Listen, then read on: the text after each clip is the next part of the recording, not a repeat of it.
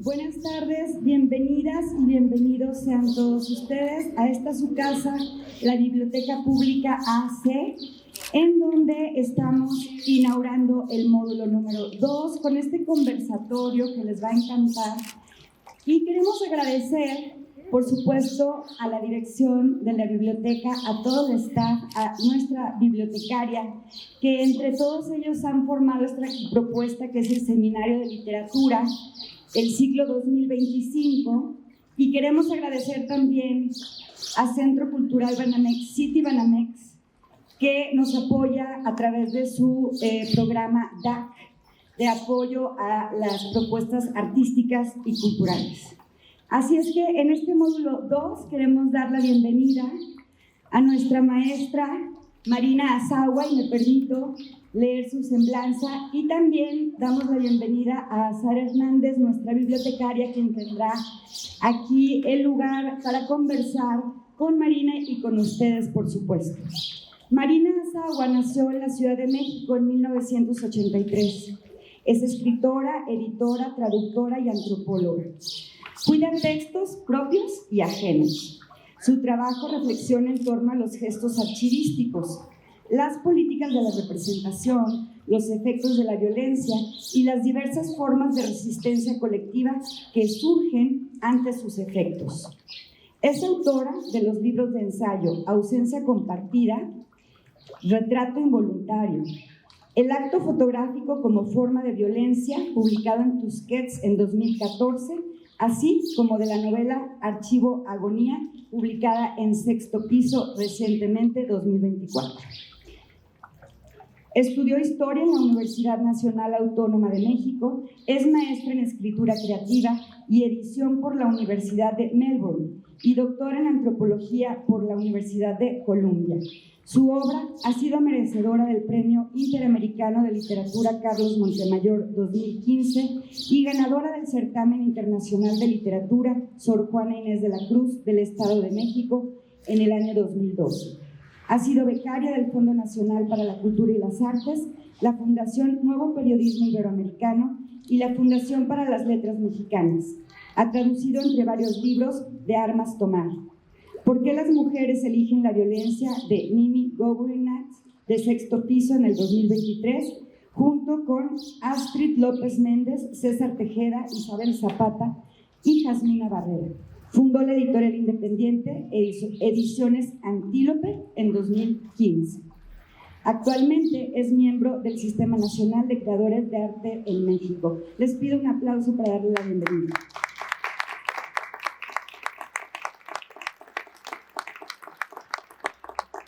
Y nuestra compañera Sara Hernández es promotora cultural con trayectoria en operación de espacios culturales, gestión cultural y mediadora de lectura, egresada de la Facultad de Artes Escénicas de la Universidad Autónoma de Nuevo León. Ha colaborado en programas de mediación artística comunitaria, diseñando vivencias lectoras para el fomento a la lectura. Actualmente es la bibliotecaria de la Biblioteca Pública de San Miguel de Allende, donde coordina el programa de fomento a la lectura y el seminario de literatura, que les da la bienvenida. No sin antes un breve comercial de los siguientes módulos a los cuales podrán inscribirse en el momento que ustedes gusten. Todas las actividades son totalmente gratuitas. Gracias, bienvenidos.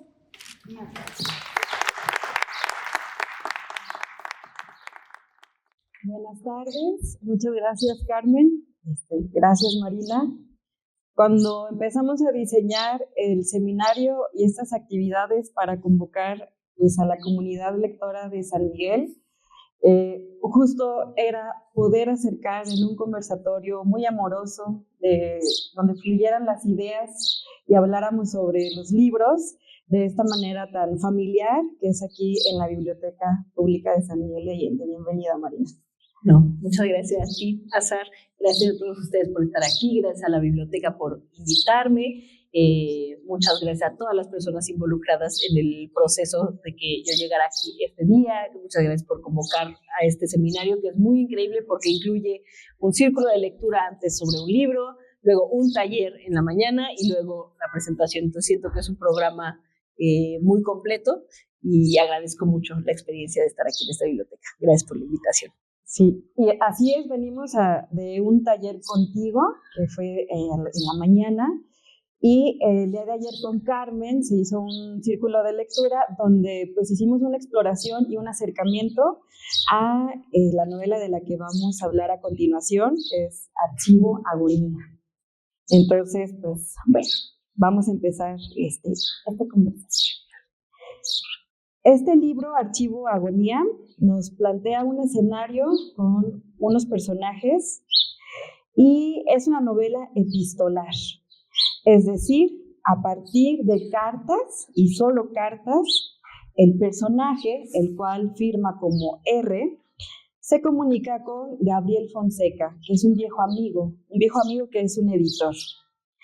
Y lo que él quiere, a partir de sus cartas, es convencer o cortejar para que publique un libro sobre el trabajo de Edith, su amante, quien pues falleció. R desea que a través del libro la memoria de Edith y la historia de ellos dos permanezca y no sea olvidada. Es un libro que nace de un duelo y de una conversación con la muerte.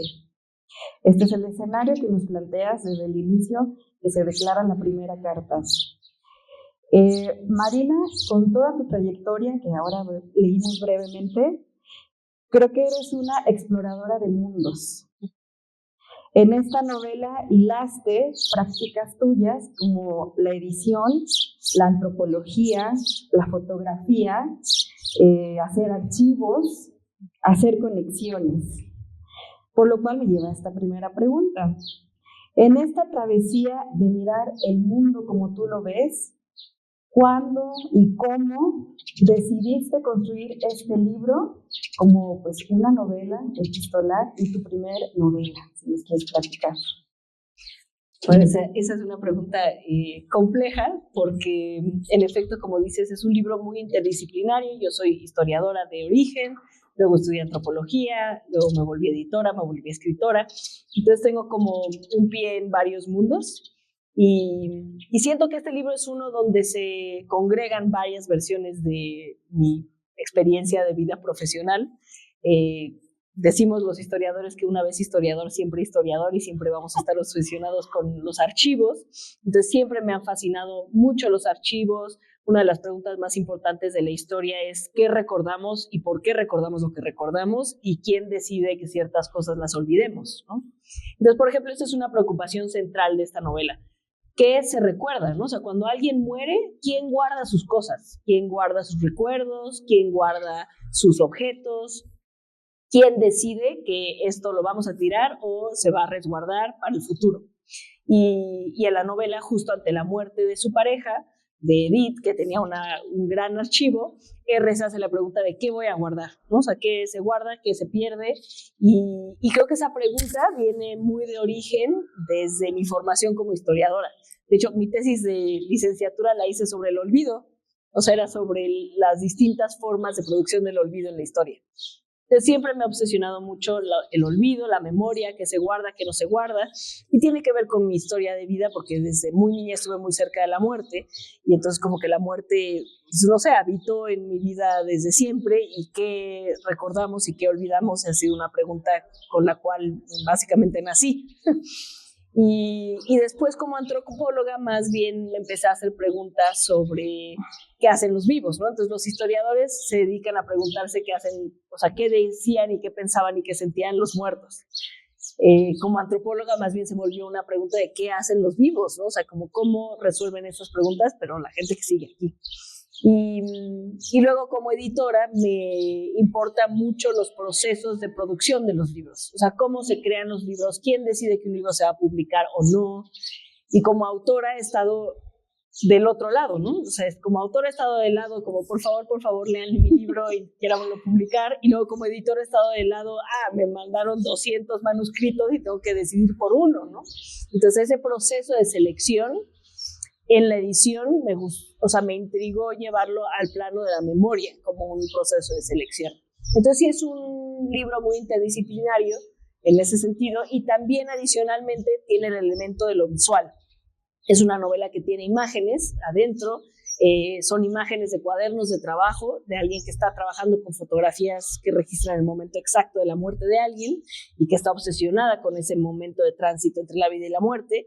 Y en las cartas que le manda R a Gabriel Fonseca, le manda fotocopias de estos cuadernos. Entonces las fotocopias están incluidas dentro del libro y ese otro elemento interdisciplinario entre la escritura y la imagen, pues básicamente es lo que ha marcado mi trayectoria como escritora. Siempre me ha gustado mucho escribir a partir de la fotografía, escribir sobre el proceso de la fotografía y aquí en este caso lo llevé al plano de la novela. Para la historia de cómo surgió esta novela como novela, es que originalmente era una serie de ensayos y luego llegó la pandemia y se murió mi abuela y me tocó acompañar la muerte de mi abuela y mi abuela siempre... no sé, siempre se quejó de que no le había yo escrito un libro a ella. Y entonces tuvo que morir para que yo le escribiera un libro, y este es el libro que yo le escribí a mi abuela. Y entonces es un libro sobre el duelo, porque es realmente el libro que yo escribí en el duelo tras la muerte de mi abuela. Y ella era fotógrafa, entonces tenía que haber fotos adentro del libro. Y sí, y bueno, y tocó escribirlo durante la pandemia. O sea, el primer borrador completo del libro lo escribí en el verano del 2020, cuando estábamos en el encierro y había muchísima muerte alrededor. Y sí, o sea, como que en el momento solo lo pensé como, una oportunidad de encierro para escribir, pero ahora que lo pienso en retrospectiva, sigo como, era una época en la cual la muerte estaba rondando de manera permanente. Entonces sí se infiltró eso en el libro, creo, y luego ya pasé 2 años reescribiéndolo, ¿no? Pero la primera versión se escribió en el verano del 2020. Justo lo ligo a nombrarles que en el libro nos presenta lo que quiere publicar R, es algo que hacía Edith, que es una intervención de fotografías que ella llama Canarios y las sombras. Y justo es hablar de que este otro protagonista, gran protagonista de la novela, es la fotografía. Lo que hacía Edith era elegir fotografías de imágenes que captan a personas inmersas en el instante de su propia muerte.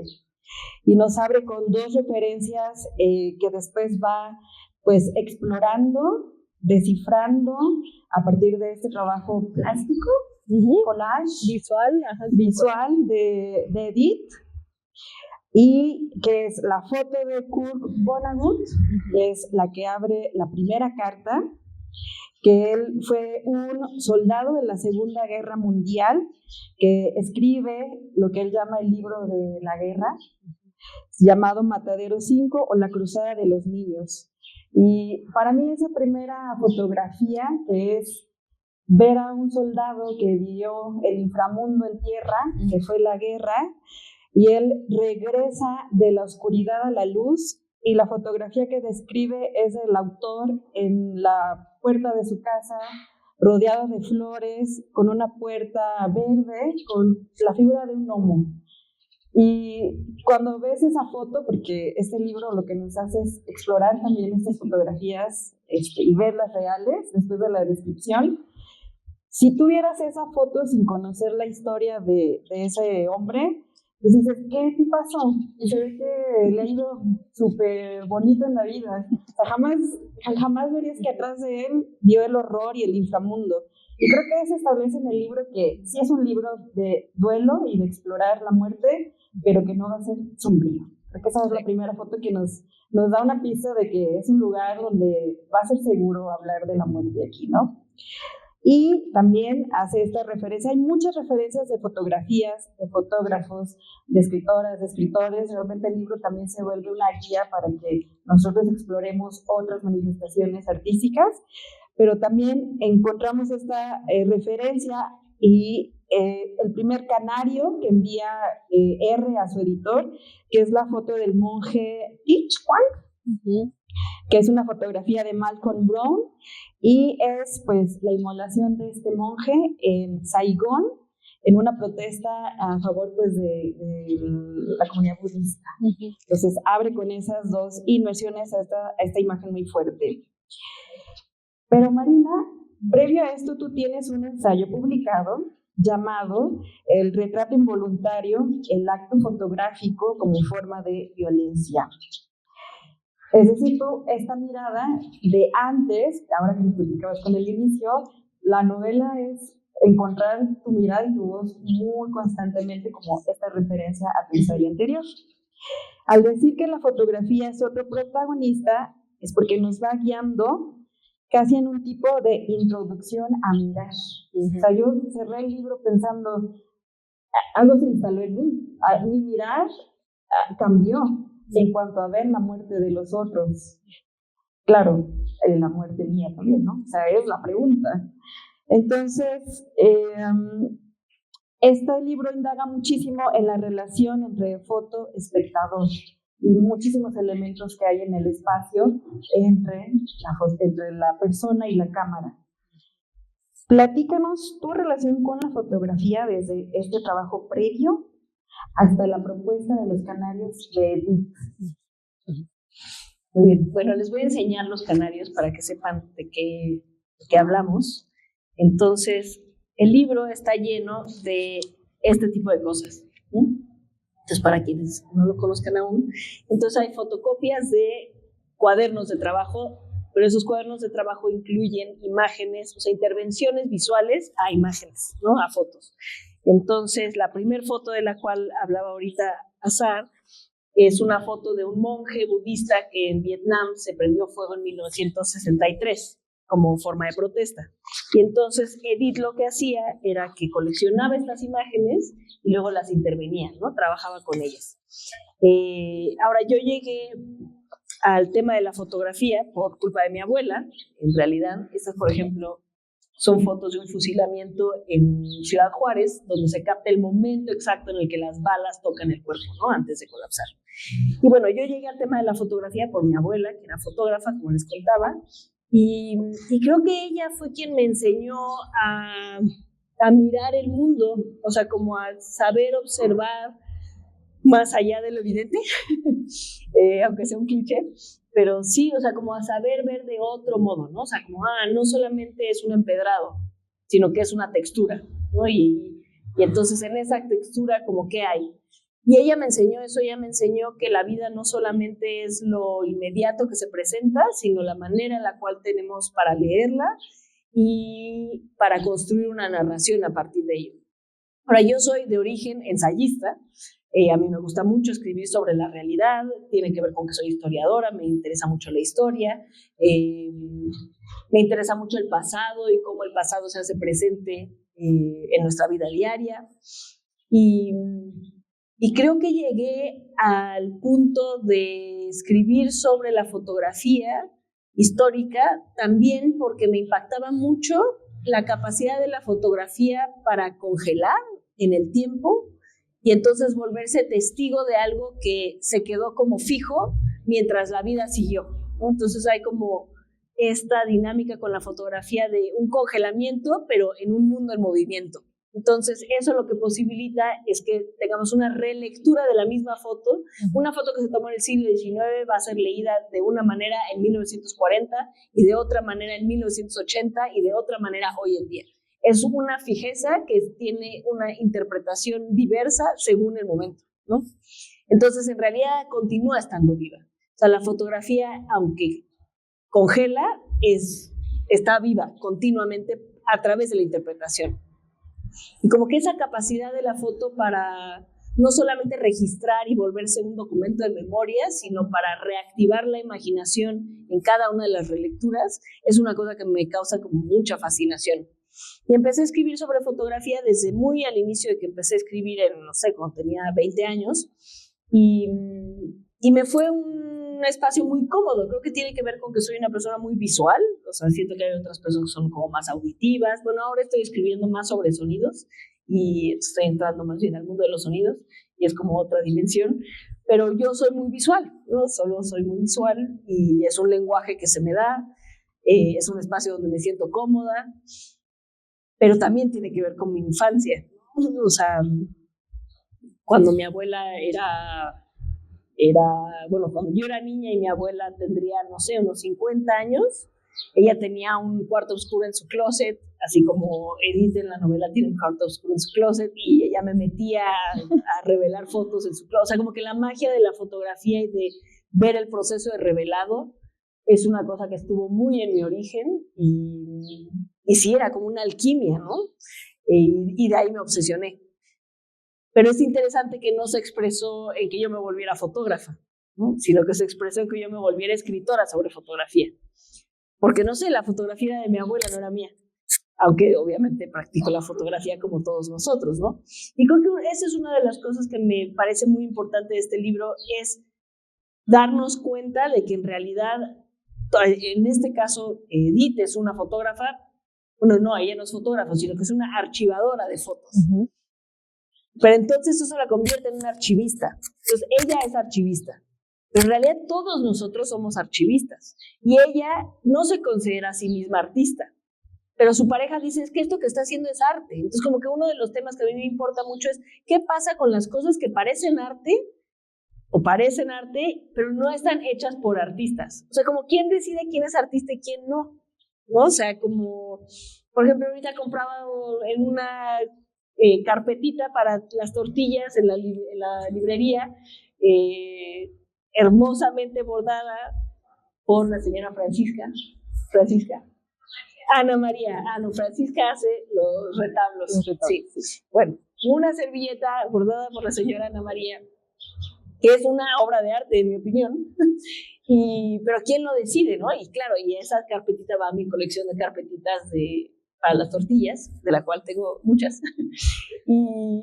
Y una de las preguntas para mí importantes del libro es, ¿quién decide? ¿Quién decide que esto es arte o no es arte? ¿No? Entonces, es importante encontrar el arte en las cosas más cotidianas y en todos los aspectos de nuestra vida. Creo que porque eso nos acerca a tener una relación más, a través de la estética, más espiritual, creo. O sea, como que las cosas se vuelven valiosas de otra manera. Y esa es mi relación con la fotografía. Como que me permite una manera de mirar el mundo desde otro sitio, gracias al artefacto que como que disloca.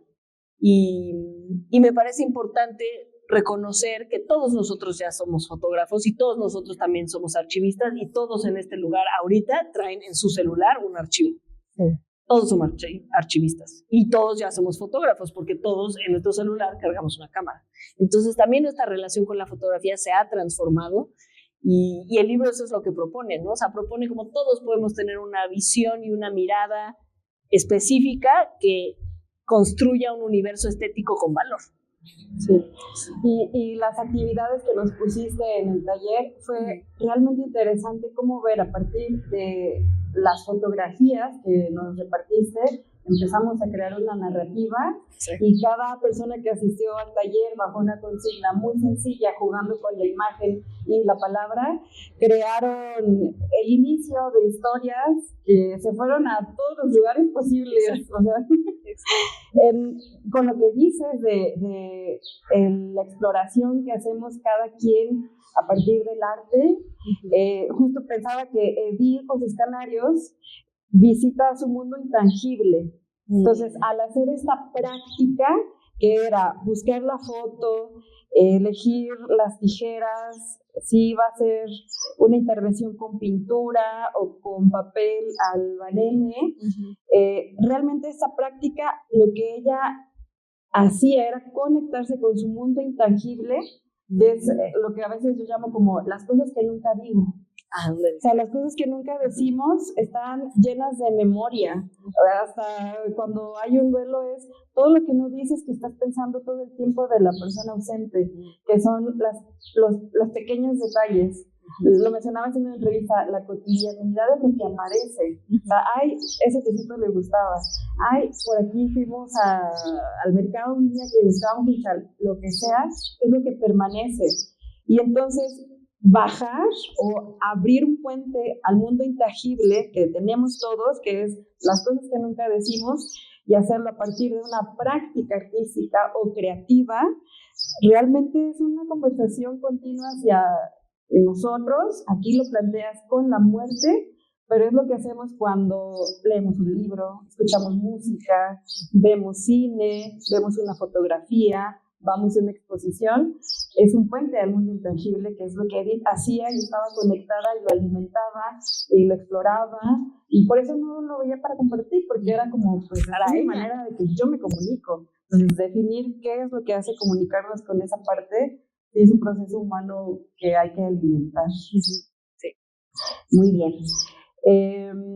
Vamos a pasar como a las preguntas con el público, porque hay aquí participantes del círculo de lectura que ya traen muchísimas preguntas, pero yo voy a preguntar una antes, que es justo de los canarios. Vemos aquí las copias que manda R a el editor, porque no le quiere mandar los originales, obviamente. No. ¿Este material, tú en la creación del libro, existió? O sea, ¿alguien hizo eso o es solo un diseño ya hecho o es un misterio? A ver, cuéntame. Pues los hice Edith. Los hice Edith. Los hice Edith y a ellos se los encontró en la basura. No, en realidad sí los hice yo. Fue un proceso arduo. y presentó varios dilemas interesantes.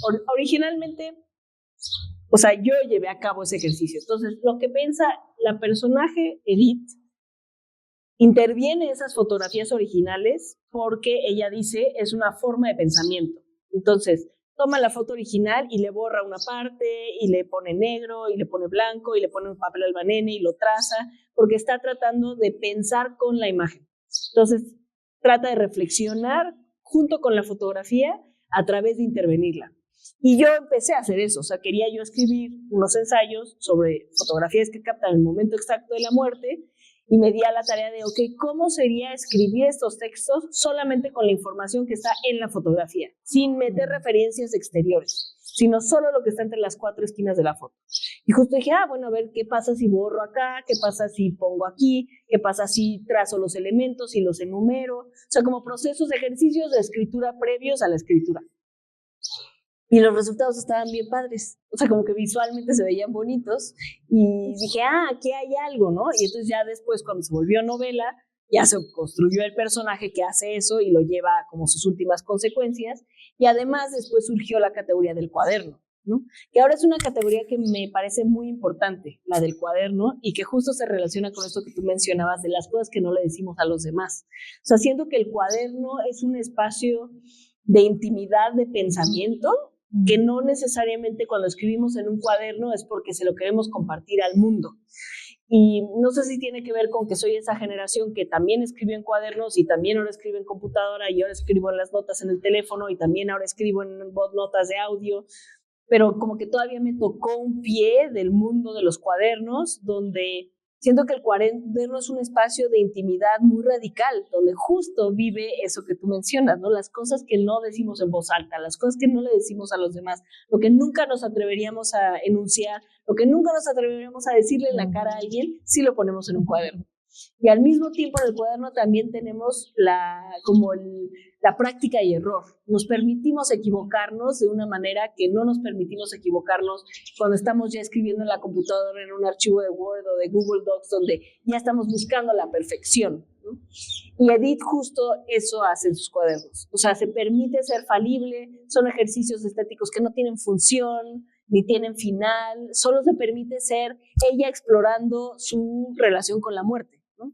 Ahora, también una cosa que para mí era importante en este libro y que no quiero dejar de mencionar, que era muy importante para mí construir personajes que eran personas que estaban en la vejez. Entonces, siento que hay un vacío en la literatura de historias de personas que están al final de su vida. Y a mí me tocó estar muy cerca de mis abuelos al final de la vida de ambos, y entonces fui una niña que convivió mucho con adultos mayores. Y entonces para mí siempre fue una sensación como de mucha injusticia, de que el mundo no estaba diseñado para respetar las necesidades de las personas mayores. El mundo iba muy rápido, ¿no? O sea, por ejemplo, me acuerdo mucho de esta escena de, no sé, mi tío caminando más rápido que mi abuela. Y era como, ¿qué te cuesta caminar un poquito más lento? Eso solo adecúate un poquito a la velocidad de ella. Y ella se frustraba, ¿no? O sea, ella se frustraba de, es que yo no puedo ir a tu altura. Era como, es que solo necesitamos alentarnos solo un poquito, un poquito. Y para mí era importante contar esa historia, como de lo que es la vejez y de lo que implica como personas no viejas acompañar la muerte de personas que están al final de su vida, sean personas mayores o no, o sea, porque también la gente joven se muere, ¿no? Pero hay un subtexto en la novela que es sobre la importancia de acompañar la muerte dignamente, ¿no? Y de qué significa esa presencia del estar dispuestos a sentarnos al lado de alguien moribundo para solo hacerle compañía, ¿no? Y sí, entonces, y son 2 momentos de intimidad que son, creo yo, de los más importantes que desarrollamos como humanos. O sea, uno en comunidad, en colectividad, entre las personas que vamos a seguir vivas y quien está moribundo, y el otro, el de la intimidad de los cuadernos, ¿no? Pero son 2 espacios de intimidad donde realmente se expresa como el espíritu humano, ¿no? Que decía R, hay que hacer la pandilla para acompañarnos. Y cuando estaba como pensando por dónde abrir la conversación sobre el libro, les decía a mis compañeros, me da un poco de nervio que se vaya como a un lugar muy sombrío. Sí, muy, sí. Porque es una historia de amor. Esto siempre se me olvida de decirlo. Es una historia de amor. Pero es un libro que, les decía, es que lo que hace Marina es que nos va llevando a lo profundo, y no te das cuenta hasta que de repente ya estás como lector o lectora en una reflexión y hilando también tu propia conversación con la muerte. Este libro, decías en una entrevista, no hay que dárselo a cualquier persona o algo así, pero justo creo que hay que dárselo a todos. Pues las invitamos a que abran ese libro y se atrevan de una manera muy amorosa a abrir este diálogo pues con la primera novela de Marina Sagua, que para mí este es un libro sobre la vida, pero también se convierte como un libro guía para pensar en la muerte. Entonces, pues, muchísimas gracias, Marina, por esta visita.